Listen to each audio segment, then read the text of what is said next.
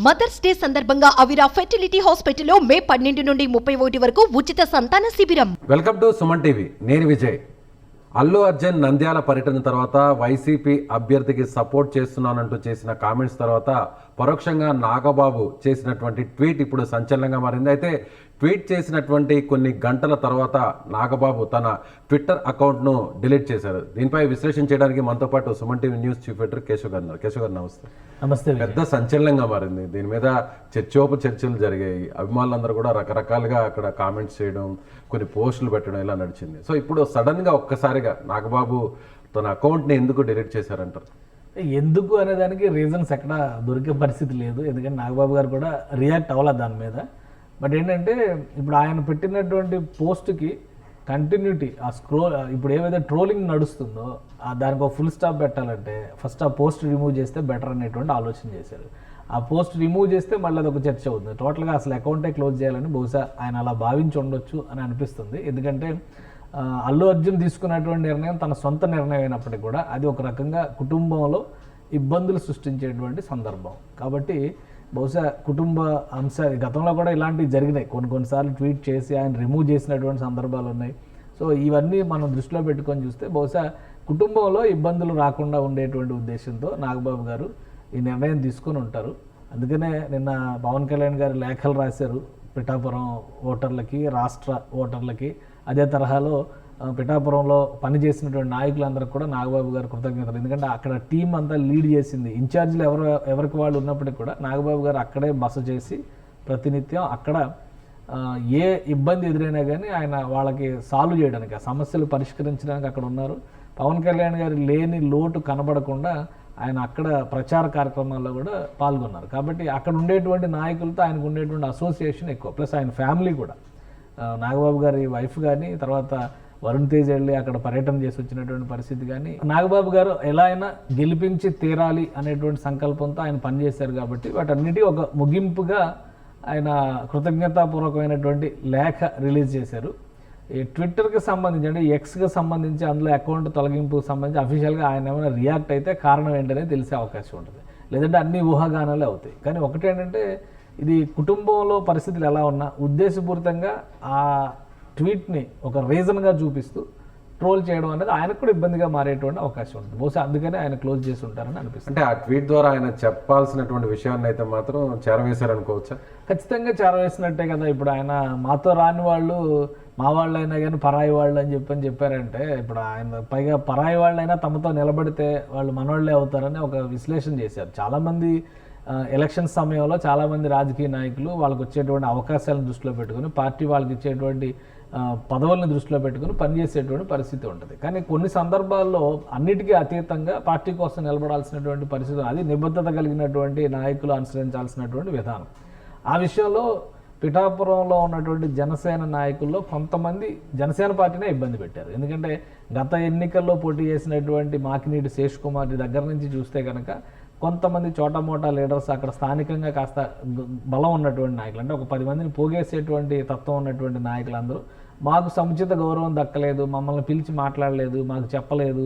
పవన్ కళ్యాణ్ గారు వచ్చి పిఠాపురంలో పోటీ చేస్తున్నారంటే పక్క పార్టీలో ఉన్నటువంటి ఎస్విఎస్ఎన్ వర్మ మాజీ ఎమ్మెల్యే, ఆయన వాళ్ళ పార్టీ అధినేత ఆదేశం మేరకు పవన్ కళ్యాణ్ని గెలిపించే బాధ్యతని భుజాల మీద గెలిపిస్తామనేటువంటి మాటని చెప్పారు. ఆయన దానికి తగ్గట్టుగా ఆయన పనిచేశారు.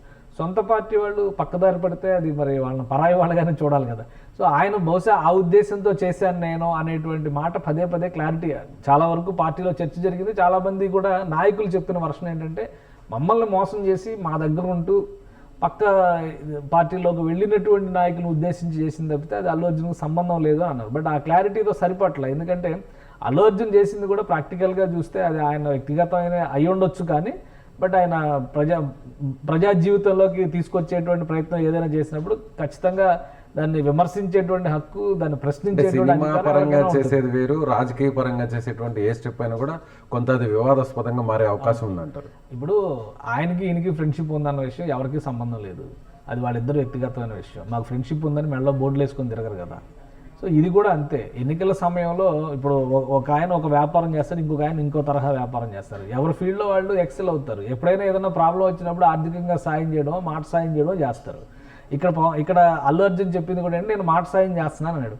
బట్ ఏ బేసిస్ మీద నువ్వు మాట సాయం చేస్తున్నావు? ఇప్పుడు వ్యాపారంలో లాభ నష్టాలు వచ్చినప్పుడు లెక్కలు తెలుసుకోవడం వేరు, రాజకీయంలో లాభ నష్టాలు ఇప్పుడు కూడా డిసైడ్ అయ్యేదండి. ఒకవేళ కొత్త క్యాండిడేట్ అయ్యుండి ఆయన రాజకీయంగా తొలిసారిగా తన జీవితాన్ని ప్రారంభిస్తుంటే అల్లు అర్జున్ వచ్చి ఆల్ ది బెస్ట్ చెప్పి వెళ్ళారంటే అక్కడ వరకు సహేతుకంగా ఉండొచ్చు. ఆల్రెడీ 2019లో ఆయన ఎమ్మెల్యే, సిట్టింగ్ ఎమ్మెల్యే. ఇప్పుడు సిట్టింగ్ ఎమ్మెల్యేకి ఈయన సర్టిఫై చేయాల్సిన అవసరం లేదు, నియోజకవర్గ ప్రజలు సర్టిఫై చేస్తారు. ఎందుకంటే పనిచేశారో లేదు. రేపు పవన్ కళ్యాణ్ గారికి కూడా ఇప్పుడు ఫస్ట్ టైం కాబట్టి అందరూ వెళ్ళి క్యాంపెయిన్ చేశారు. రేపు 5 ఏళ్ల తర్వాత ఆయన తరపున క్యాంపెయిన్ చేసేటప్పుడు 5 ఏళ్లలో పవన్ కళ్యాణ్ ఏం చేశారో చెప్పిన తర్వాత ఓటు అడగాలి వీళ్ళు కూడా. అది మినిమం రెస్పెక్ట్ అనమాట. ఇప్పుడు అల్లు అర్జున్ గారు ఆయన చాలా మంచోడు, నా ఫ్రెండ్ గారు మీరు ఓటు వేయండి అంటే దాని అర్థం ఎటుపోతుంది? అది చాలామందికి ఇబ్బంది కలిగించింది. ఇంకోటి ఏంటి, 10 ఏళ్ళుగా పవన్ కళ్యాణ్ చేస్తున్నటువంటి పోరాటం కుటుంబంలో తెలుసు, బయట వాళ్ళకి తెలుసు. చిరంజీవి గారికి అవమానాలు జరిగినాయి అనేటువంటి చర్చ కూడా చాలా విస్తృతంగా జరిగింది. నిజంగా జరిగినాయా లేదా వాళ్ళ మధ్య ఏముంది అనేది పక్కన పెడితే ఇక్కడ జరుగుతున్నటువంటి చర్చ అంతా అదే కదా. ఫ్యాన్స్ మధ్య ఉండేటువంటి ఈ గందరగోళం, ఈ మార్పులు చేర్పులు, వీటి వల్ల అటువైపు ఒకరు ఇటువైపు ఒకరు వెళ్ళేటువంటి పరిస్థితి.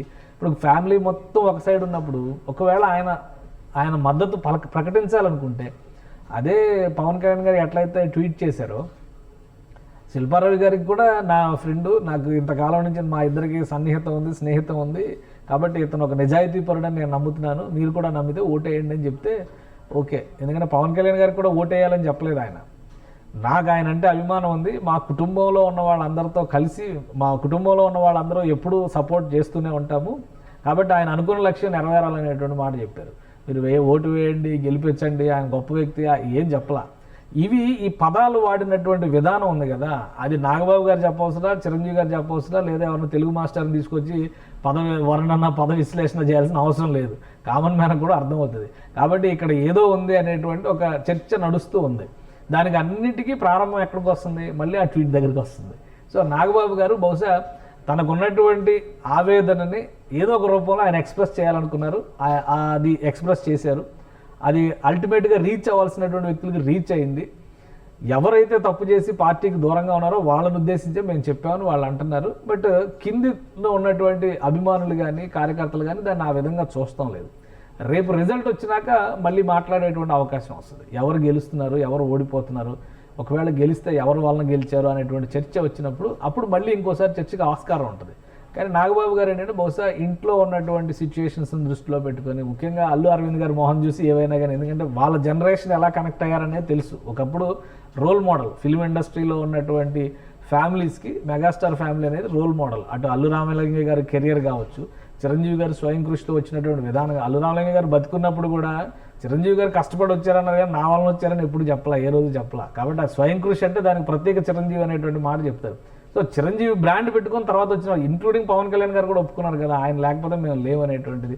కాబట్టి ఇక్కడ ఆ అభిమానం అలానే ఉంది అనే ఇంపాక్ట్, ఆ ఇమేజ్ అనేది ఇప్పటివరకు వాళ్ళు కొనసాగిస్తూ వచ్చారు. నెక్స్ట్ జనరేషన్ దాన్ని కొనసాగిస్తుందా లేదా అనడానికి ఇప్పుడు వీళ్ళు చేస్తున్నటువంటి చేష్టలు చర్చకి దారితీస్తున్నటువంటి పరిస్థితి ఉన్నాయి. కుటుంబం ఒకటిగానే ఉండాలనేటువంటి రూల్ ఏమీ లేదు. బట్ ఏంటంటే ఎక్కడున్నా అందరూ ఒకటిగా ఉండాల్సిన అవసరం అయితే ఉంటుంది. అది వాళ్ళ పెద్దలు ఆశించేటువంటి విధానం అదే. కాబట్టి మరి ఏం జరుగుతుంది కుటుంబంలో అనేది మనకు తెలియదు.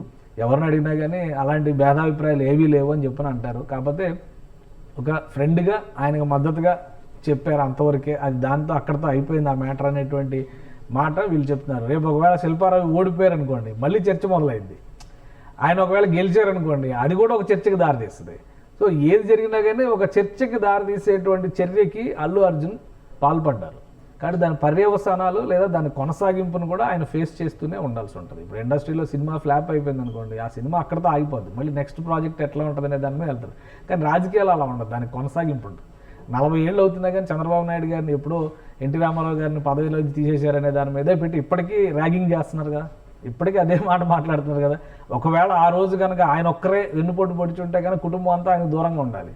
కానీ ఇప్పుడు అందరూ ఒకటిగానే ఉన్నారు కదా. తర్వాత కూడా ఆ సందర్భంలో అందరూ ఉన్నారు. అంటే గతంలో కూడా ఇదే అల్లు అర్జున్ ఒక సినిమాకి సంబంధించినటువంటి వేదిక మీదే ఒక ఫంక్షన్లో కూడా పవన్ కళ్యాణ్ అభిమానులు పదే ఇబ్బంది పెడుతున్నారు, అది మాకు చాలా ఇబ్బందిగా ఉంది, వేరే వాళ్ళ ఫంక్షన్కి వెళ్ళినప్పుడు కూడా అక్కడ పవన్ పేరును ప్రస్తావించడం అనేది నిజంగా చాలా ఇబ్బందిగా ఉందంటూ కూడా ఆయన హట్ చేసే విధంగా అప్పట్లో కొన్ని కామెంట్స్ చేశారు. అప్పుడు కూడా అది ఒక పెద్ద హట్ చేసేటువంటి అంశం కాదు అది. ఆ సందర్భంలో అల్లు అర్జున్ రియాక్షన్ పర్ఫెక్ట్. ఎందుకంటే పవన్ కళ్యాణ్ గారికి ఆయన అభిమానులతో చాలా ఇరిటేషన్స్ ఉన్నాయి, చాలా ఇబ్బందులు ఉన్నాయి. ఆయన తీసుకున్నటువంటి నిర్ణయాలని వాళ్ళు గౌరవించకపోగా వాళ్ళు ప్రతి సభలో సీఎం అని నలుగురు కూర్చుని మీరు అరిస్తే నేను సీఎం అవును, మీకు ఏమైనా ఉంటే వెళ్ళి ఓటింగ్ చేయండి, ఎలక్షన్లో క్యాన్వాస్ చేయండి, పార్టీ విధానాలను ప్రజల్లోకి తీసుకెళ్ళండి, నలుగురిని పార్టీలోకి తీసుకురండి ఆయనే చెప్పారు కదా. ఒకటేంటంటే పవన్ కళ్యాణ్ గారు మొదటి నుంచి కూడా ఏ ఫంక్షన్స్ జరిగినా కానీ వాటి చాలా ఆయన సినిమా ఫంక్షన్స్కి ఆయన వచ్చేవాళ్ళు కాదు. ఈ మధ్య కాలంలో ఆయన పొలిటీషియన్ అయినాకే వస్తున్నారు. మీరు గమనించి ఉంటే కనుక లాస్ట్ 20 ఏళ్ళు ఈవెన్ ప్రజారాజ్యం పార్టీ సమయంలో కూడా ఆయన ఎక్కువ పాత్ర తెర వెనుకే పోషించారు. యువరాజ్యం నాయకుడిగా ఆయన అనౌన్స్ చేసిన తర్వాతే జనంలోకి రావడం మొదలుపెట్టారు. కాబట్టి పవన్ కళ్యాణ్ మొదటి నుంచి కూడా ఆ రిజర్వ్డ్ నేచర్ అనేది ఉంది. సో అదే ఉద్దేశంతో ఆయన ఏ ఫంక్షన్కి రారు. ఆ సందర్భం ఏదో ఆడియో ఫంక్షన్ బహుశా ఫ్యామిలీ ఫంక్షన్ సందర్భంలో మళ్ళీ పవన్ కళ్యాణ్ రావాలని వాళ్ళు నినాదాలు చేస్తుంటే దానికి ఆయన మీరు ప్రతిదానికి పవన్ కళ్యాణ్ అనేటువంటి నినాదాలు చేయడం వల్ల ఉపయోగం లేదు.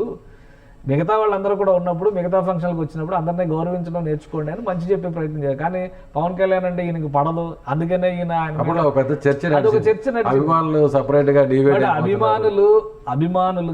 అభిమానానికి కూడా ఒక పరిమితి ఉంటుంది. అది దురభిమానంగా మారకూడదు. అది చాలా సమస్యలకు దారితీస్తుంది, చాలా సమస్యలను సృష్టిస్తుంది కూడా.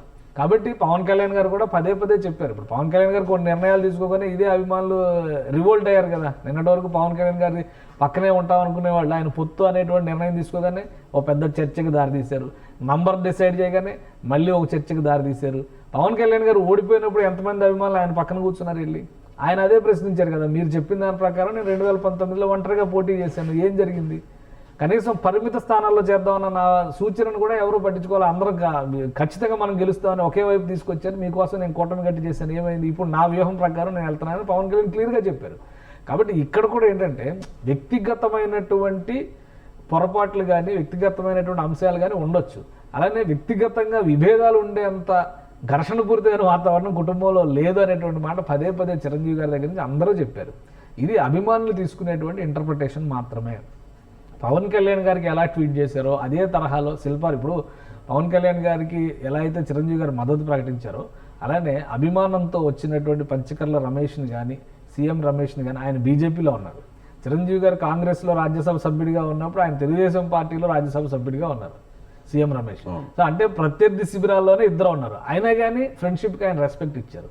ఇప్పుడు వచ్చినటువంటి విధానాన్ని చూసి వాళ్ళిద్దరూ నిజాయితీ పరులు, జనం కోసం పనిచేసేటువంటి తత్వం ఉన్నవాళ్ళు. మొదటిసారిగా సీఎం రమేష్ గారు ఈ ఎలక్షన్ ఫేస్ చేస్తున్నారు కాబట్టి ఆయన గెలవాలి, అలాంటి వాళ్ళని గెలిపించుకుంటే ప్రజలకు మంచి జరుగుతుంది అనేటువంటి ఒక సూచన ఆయన చేశారు. అది ప్రజల నిర్ణయం. అది ఇక్కడ అల్లు అర్జున్ గారు అలాంటి ప్రయత్నం ఏం చేయలే కానీ నేరుగా అక్కడికి వెళ్ళారు. వాళ్ళ ఇంటికి వెళ్ళి లంచ్కి వెళ్ళి దేనికో వెళ్ళి కనబడి హాయ్ అని చెప్పి వచ్చేస్తే అయిపోయేది. ఆయన మీడియా ముందరకు వచ్చి మాట్లాడి మళ్ళీ అక్కడ ఒక జనాన్ని కొంతమందిని పోగేసి అది కూడా కేసు అయింది ఇప్పుడు అక్కడ. ఎందుకంటే అక్కడ కోడ్ ఉంది, ఎలక్షన్ కోడ్ ఉంది.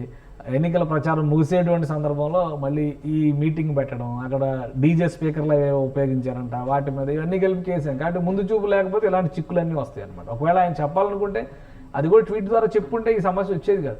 ఇవన్నీ కూడా కుటుంబంలో లేనిపోని భేషజాలకు దారితీసేటువంటి ప్రమాదం ఉంటుంది. కాబట్టి నాగబాబు గారు బహుశా ఆయన అసలు ఆ అకౌంటే క్లోజ్ చేస్తే ఈ ట్వీట్ చేయాలనేటువంటి ఆలోచన కూడా రాదు. ఎందుకంటే ఆయన చాలా విషయాలని చాలా పొయిటిక్గా చాలా సందర్భోచితంగా ఆయన చెప్పారు. పవన్ కళ్యాణ్ గారికి ఎన్నికల ప్రచారానికి సంబంధించి చివరి రోజున ఆయన తల తుడుస్తూ ఆయన పెట్టినటువంటి ఫోటో చాలా ఇంపాక్ట్ చూపించింది. ఆయన అభిమానులకు కావచ్చు, పవన్ కళ్యాణ్ ఇష్టపడేటువంటి వాళ్ళకి కావచ్చు, పవన్ కళ్యాణ్ ఇష్టపడని వాళ్ళు కూడా అసలు ఇంత సినిమా ఇంత లగ్జరీ లైఫ్ వదులుకొని ఎందుకు ఇంత కష్టపడుతున్నాడో, పాపం కదా, అయ్యో కదా అని అనిపించేంత ఇదిగా ఆయన రాసుకొచ్చారు అందులో రాసినటువంటి వాక్యాలు.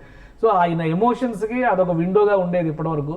ఇప్పుడు ఆయన ఆ విండో క్లోజ్ చేశారు. మళ్ళీ ఎప్పుడు తెరుస్తారో ఎదురు చూడాలి మనం. సో ఇది తాత్కాలికమే అనుకోవచ్చా లేదంటే పర్మనెంట్ గా శాశ్వతంగా తాత్కాలికంగానే చేసినటువంటి నిర్ణయం అని నేను అనుకుంటున్నాను. బహుశా ఆయన ఈ రిజల్ట్ వచ్చిన తర్వాత మళ్ళీ పరిస్థితులను బట్టి అకౌంట్ ఓపెన్ చేస్తారు. ఆయన అభిప్రాయాలు ఆయన ఎందుకంటే అలాంటి వాళ్ళు మాట్లాడేవాళ్ళు అవసరం. మంచి అయినా చెడైనా ముందు మాట్లాడడం అవసరం. మాట్లాడేవాళ్ళు వాళ్ళు కొంతమందిని ఇన్ఫ్లుయెన్స్ చేస్తారు, కొంతమంది పైన ప్రభావం చూపిస్తారు. కాబట్టి నాగబాబు గారి భావజాలం కొంతమంది పైన ప్రభావం చూపిస్తుంది. ఆయన మాట్లాడినటువంటి మాటలు చాలామందిని ప్రేరేపితం చేసింది. జనసేన పార్టీలో వచ్చినటువంటి సమస్యలను పరిష్కరించడానికి కూడా కారణమైంది. అలాగే మెగా కాంపౌండ్లో ప్రత్యర్థులకి పంచులు విసరాలన్నా లేదంటే విమర్శలకు ప్రతి విమర్శలు చేయాలన్నా కౌంటర్ చేయాలన్నా కూడా నాగబాబు ముందు ఉంటారు. ఈయన వెళ్ళినంత దూకుడుగా మిగతా వాళ్ళు వెళ్ళరు. చిరంజీవి గారు చాలా డిప్లొమాటిక్గా మాట్లాడతారు, మనకు అంత వివాదాలు వద్దంటారు. పవన్ కళ్యాణ్ గారు అవసరమైతే తప్పితే స్పందించరు. ఇంకా మిగతా వాళ్ళు ఎవరు కూడా ఈ పొలిటికల్ ఇష్యూస్లో ఇన్వాల్వ్ అయ్యేటువంటి పరిస్థితి ఉండదు. కాబట్టి నాగబాబు గారు ఆయన జై శ్రీరామ్ అన్న ఆయనకే చెల్లింది, పవన్ కళ్యాణ్ వెంట నడిచినప్పుడు మాట్లాడినప్పుడు ఆయనకే చెల్లింది, కూటమి విషయంలో ముందు నిలబడడంలోనూ ఆయనకే చెల్లింది. కాబట్టి ఆయన మాట్లాడడం చాలా అవసరం, పార్టీకి అవసరం, ఆయనకు కూడా ఆయన ఇమేజ్ని చూపించడం కూడా, అంటే ప్రజల మధ్య ఆయన ఇమేజ్ ఏంటనేది తెలియాలంటే కూడా, ఆయన ఆలోచనలు ఏంటో తెలియాలంటే కూడా ఆ విండో అనేది ఓపెన్ చేయడం అవసరం.